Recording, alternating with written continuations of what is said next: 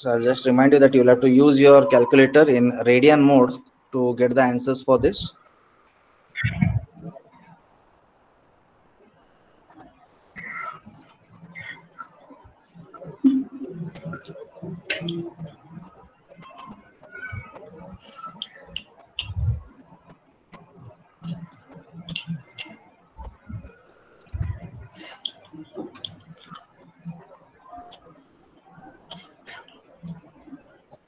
Ganesh, can you please mute your mic?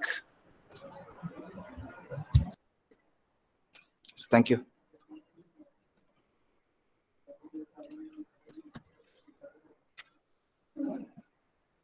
Okay, I'll just write the equation for the first one so that we can calculate the remaining. So if I want to find out delta theta 1,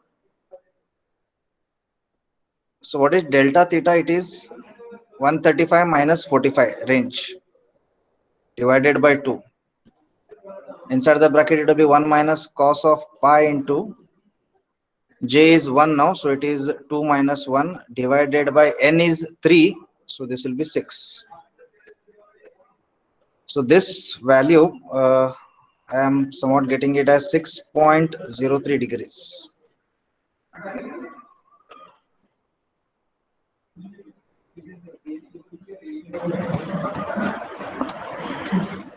On the similar lines, let me know what is delta theta 2 equal to.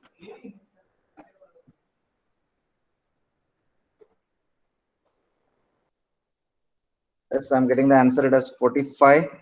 That is correct. So that is 45 degrees. And what about delta 3?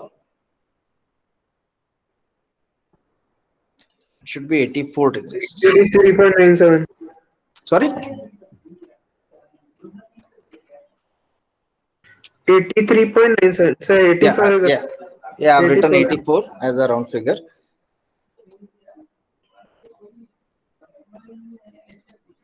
So now let me write down the theta values over here based on this. So I have theta 0 as 45 degrees because the range starts from 45 to 135. So theta 0 will be 45. Theta 1 is 45 plus 6. So I'm going to write it as 51 degrees. Similarly, theta 2 will be 45 plus 45, that is 90 degrees.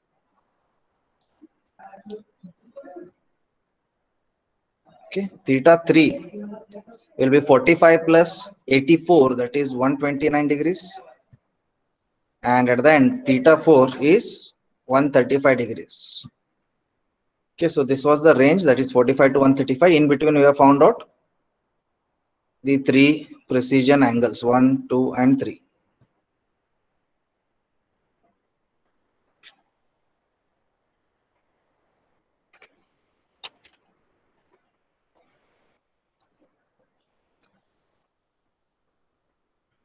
I hope till this step it is clear. We have already done this any number of times.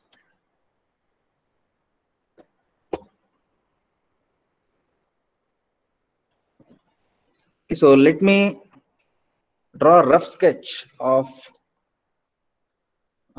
these positions so that we can understand how to approach or how to solve this problem. Okay, please note that this is just a rough sketch that I'm drawing.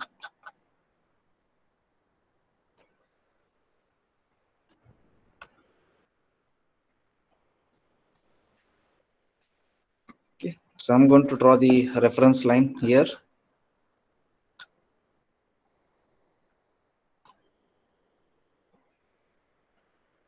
Let me draw the first position at 45 degrees. You need not measure it, you can just draw a rough diagram. The second angle,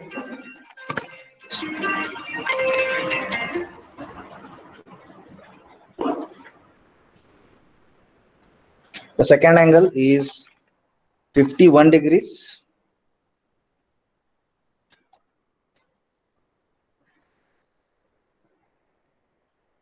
Okay. The third angle is 90 degrees.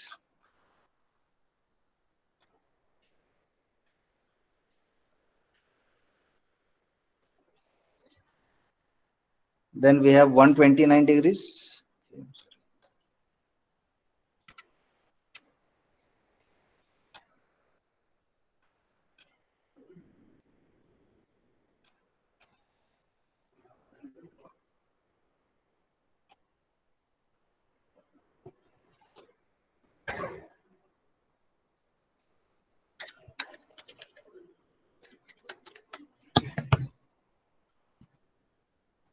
It should be 39.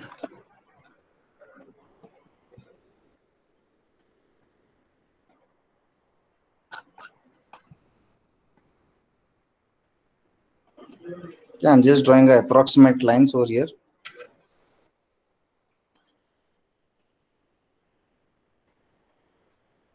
And last one will be 135 degrees. So I'm just marking it over here.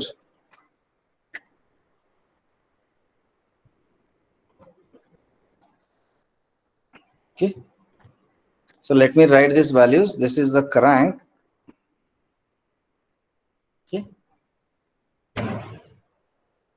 So this is A0, A1, A2, A3, and A4.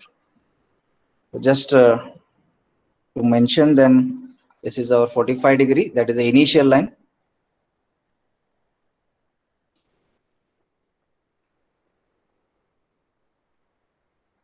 Okay. In the next step, I will just draw again a rough connecting link dimension, and I'll show the slider. So I'll show what will be the position of the slider when the crank is at A0. Okay. So from A0,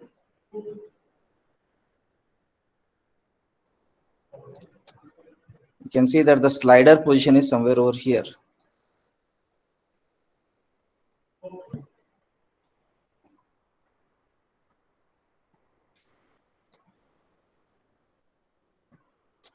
Now, if I consider A4, that is again the another extreme position. So let us see where will be the slider position now.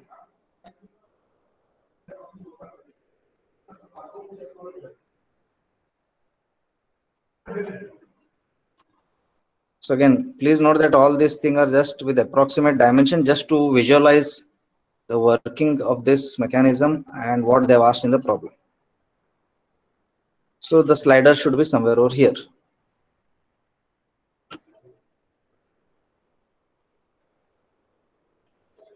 It is obvious that when it is at A4, the slider will be close to the pivot point. Okay, let me name this pivot point as O2. So slider will be close to O2, and when it moves to A1, the slider will move far away. Okay. So since we are starting with A0, I am going to use this dimension as our initial dimension SI.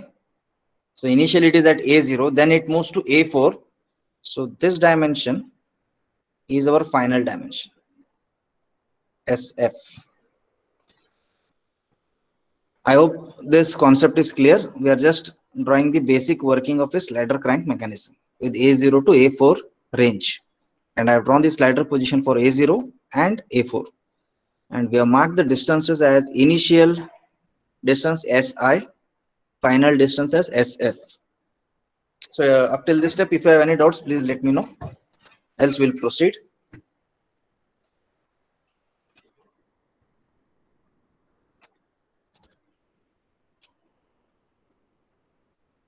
Any doubts?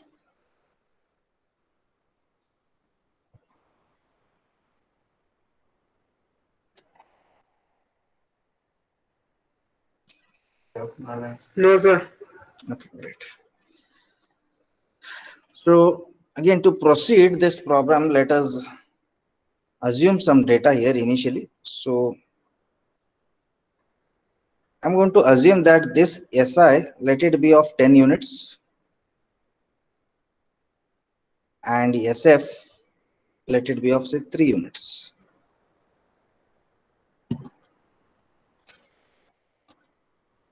Okay. Now let us go back to the problem statement and see what they've told. See, we need to design the mechanism such that the displacement of the slider.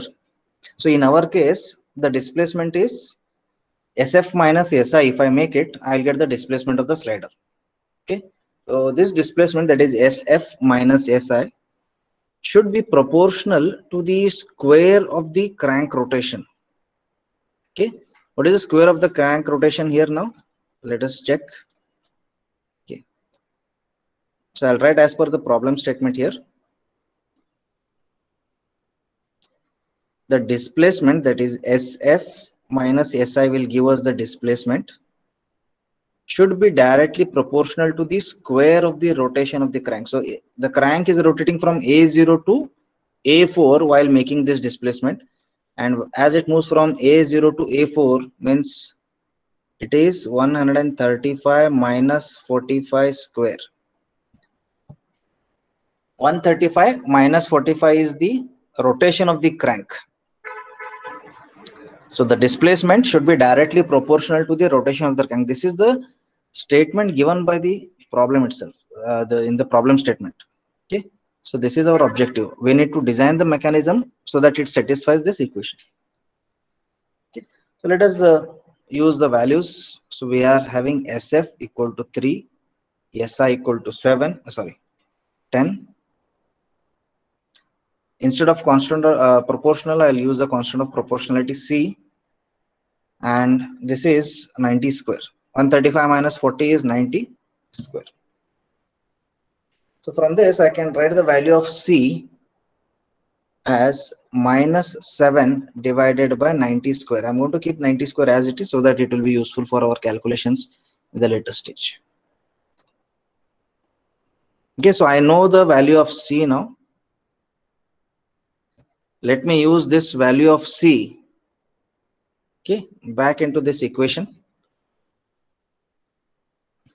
and write the value of SF and SI in terms of SF and SI only. So SF minus SI was equal to C, that is minus 7 upon 90 square, into, I'll write theta F minus theta I only as it is square. Okay, so I've written the same equation, but I've brought back that SF and SI for our understanding. So from this, I can also write that SF will be equal to, I'm going to bring SI on the other side, so it will be plus, and this minus 7 by 90 square will remain as it is, into theta F minus theta I the whole square. Okay, so this is going to be our main equation.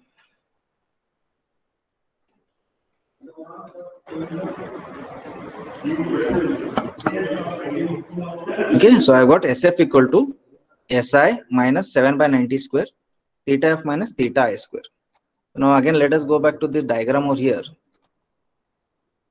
See, the value of SF keeps on changing as the position changes. So if I consider A3, then I will get some SF3 over here. If I consider A2, then the position will be somewhat here, right? If I consider A1, so again the position will be somewhere over here.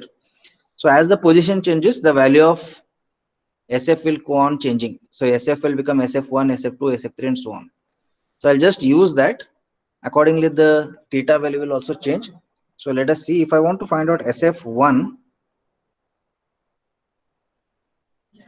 the formula will be SI minus 7 by 90 square into, what will be theta F now?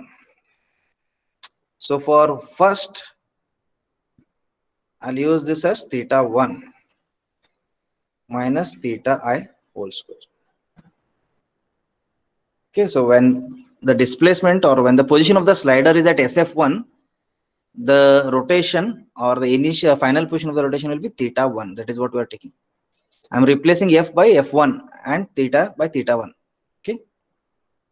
So SF1, please calculate and tell me. SI is going to remain same, 10 minus 7 upon 90 square. Theta 1 is 51 minus theta I is 45 is going to remain same square. So what is the value for this? I think you should get 9.96.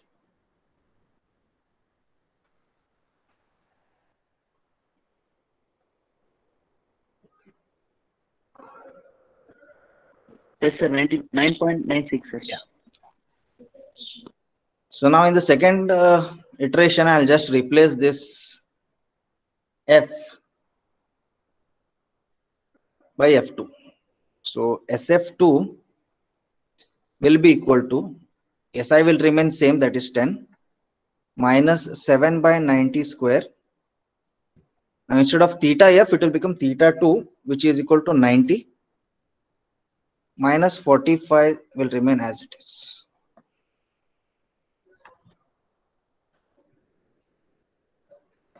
So this answer should be 8.25.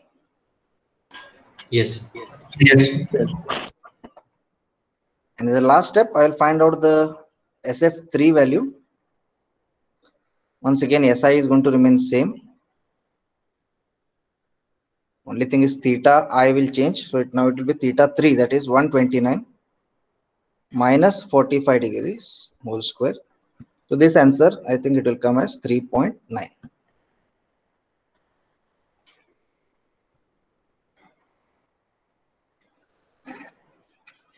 Sir, it has to be 129, na? Yeah, right. Sorry.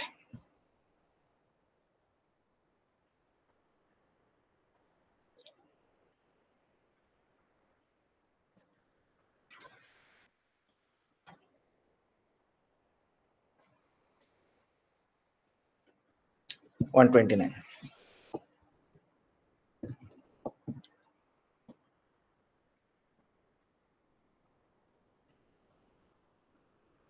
I hope all of you got these answers. And all of you understood the logic here. If anyone has not understood this logic, please let me know. I'll explain again in the diagram.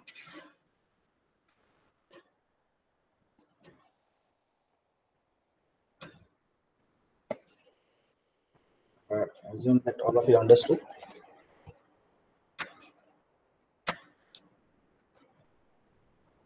Okay, to summarize this,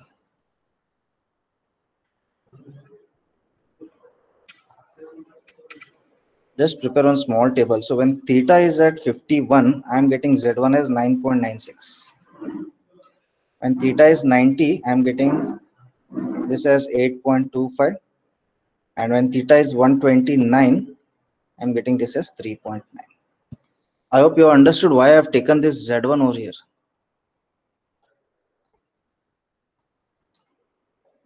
This is the first point I told you while starting the class, that this Z1 is nothing but the distance between the pivot and the slider position. So since I have found out SF1, SF2, SF3, so on, these are nothing but our distance between the pivot and slider position. So this SF is nothing but actually Z1. So for every different angle of the crank position, when it is at 51 degrees, I get the displacement as 9.96. When it is at 90, the value of Z1 is 8.25 and so on. Okay, so this is the summary of our initial simplification of the problem statement. Once I get this, then we can use the standard equation which we have derived in the previous class. The standard equation will be Z1 square is equal to Z1 K1 cos theta 2 plus K2 sin theta 2, plus K3. Okay, this is our standard equation. Because this theta is nothing but theta 2 only. Why theta 2? Because it is a rotation of the crank which we are taking. So rotation of crank is theta 2.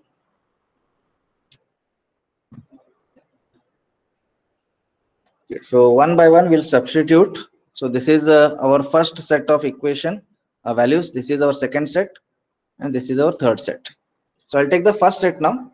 So here Z is 9.96. So Z1 square will be 9.96 square equal to 9.96 into K1 into cos of theta is 51. Similarly, plus K2 sine of 51 plus K3. Okay, so this is our equation number 1. In the second set, I will take Z as 8.25. So I'll get 8.25 square equal to 8.25 K1 cos of 90 plus K2 sine of 90 plus K3. This is our equation number 2. Next, I'll take the third set where Z1 is 3.9, so it is 3.9 square should be equal to 3.9 into K1 into cos of 129 plus K2 sine of 129 plus K3. So this is our equation number 3.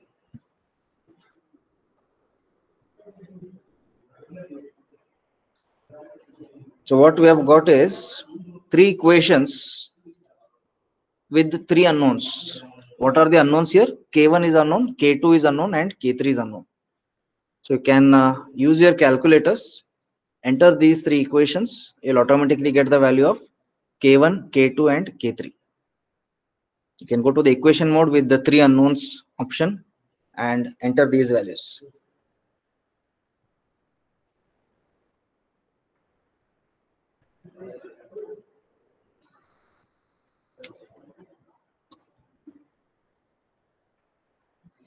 So here A1, that is A1 will be the coefficient of K1, 9.96 into cos 51.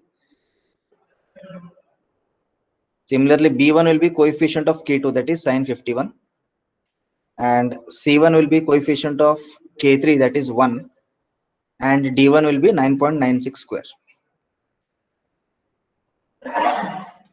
Similarly, A2 will be 8.25 into cos 90.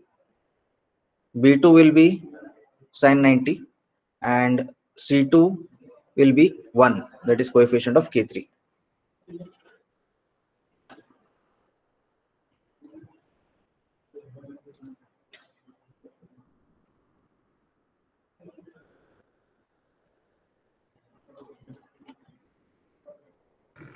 So is it 3.78? Sorry? 3.78. No. What value you are getting for K1?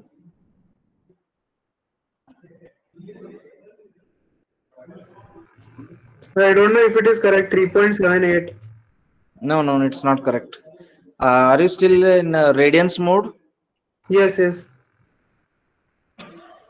No, this has to be in degree mode. No. This is degree now. Yes. Oh.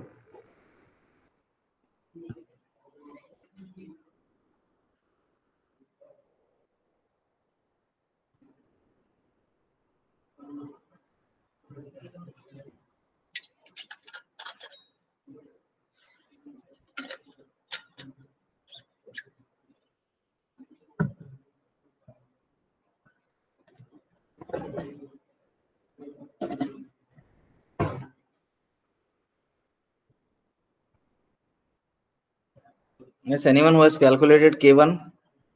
I don't know if even I am correct, but as per my calculation, it is coming 9.63. Anyone getting this answer?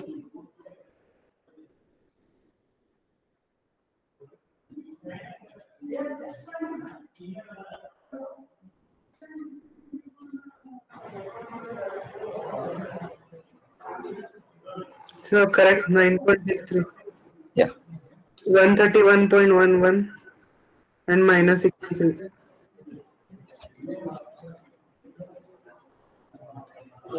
K3 is minus 63. 63.05. Yeah. So these are the values of K. If you go back to to the derivation which we have done. Okay.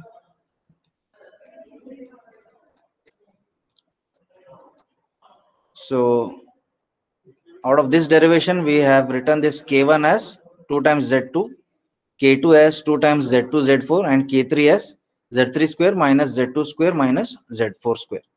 I'll be using this to find out the link length.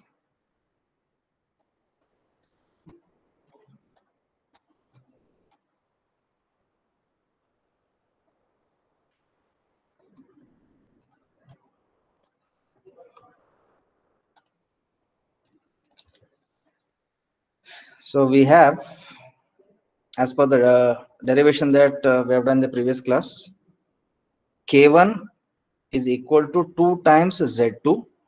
Since I know the value of K1, so I'll come to know the value of Z2 over here as 4.815.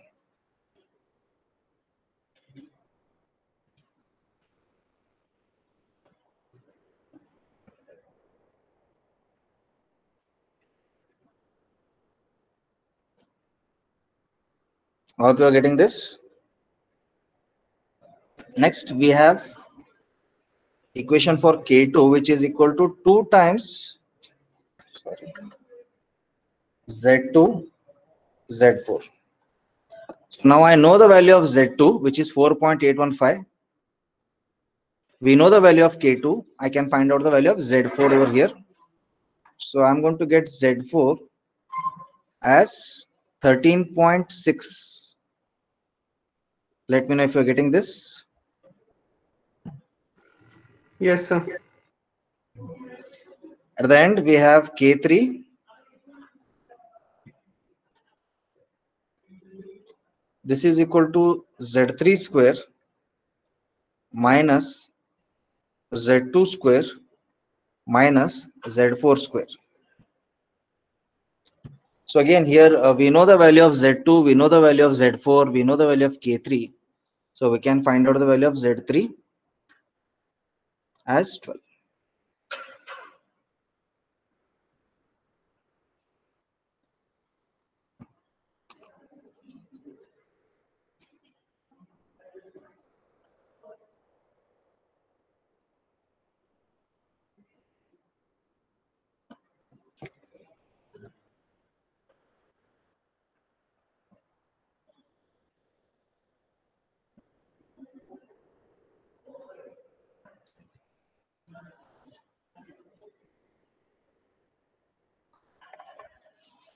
I hope all of you have got these answers.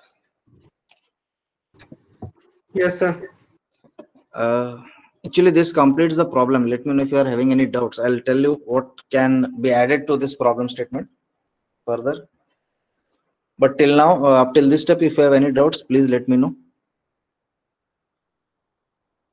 Any particular step which you have not understood?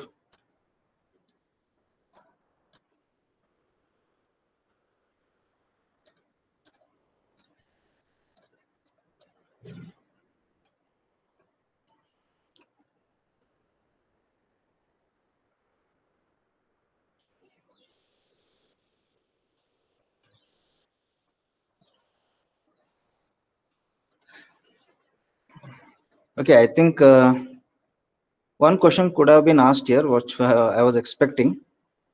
We are supposed to design or synthesize this mechanism, slider crank mechanism, which should follow that particular condition. And based on which right now I have found out 3 link lengths, that is Z2, Z4 and Z3. What about Z1?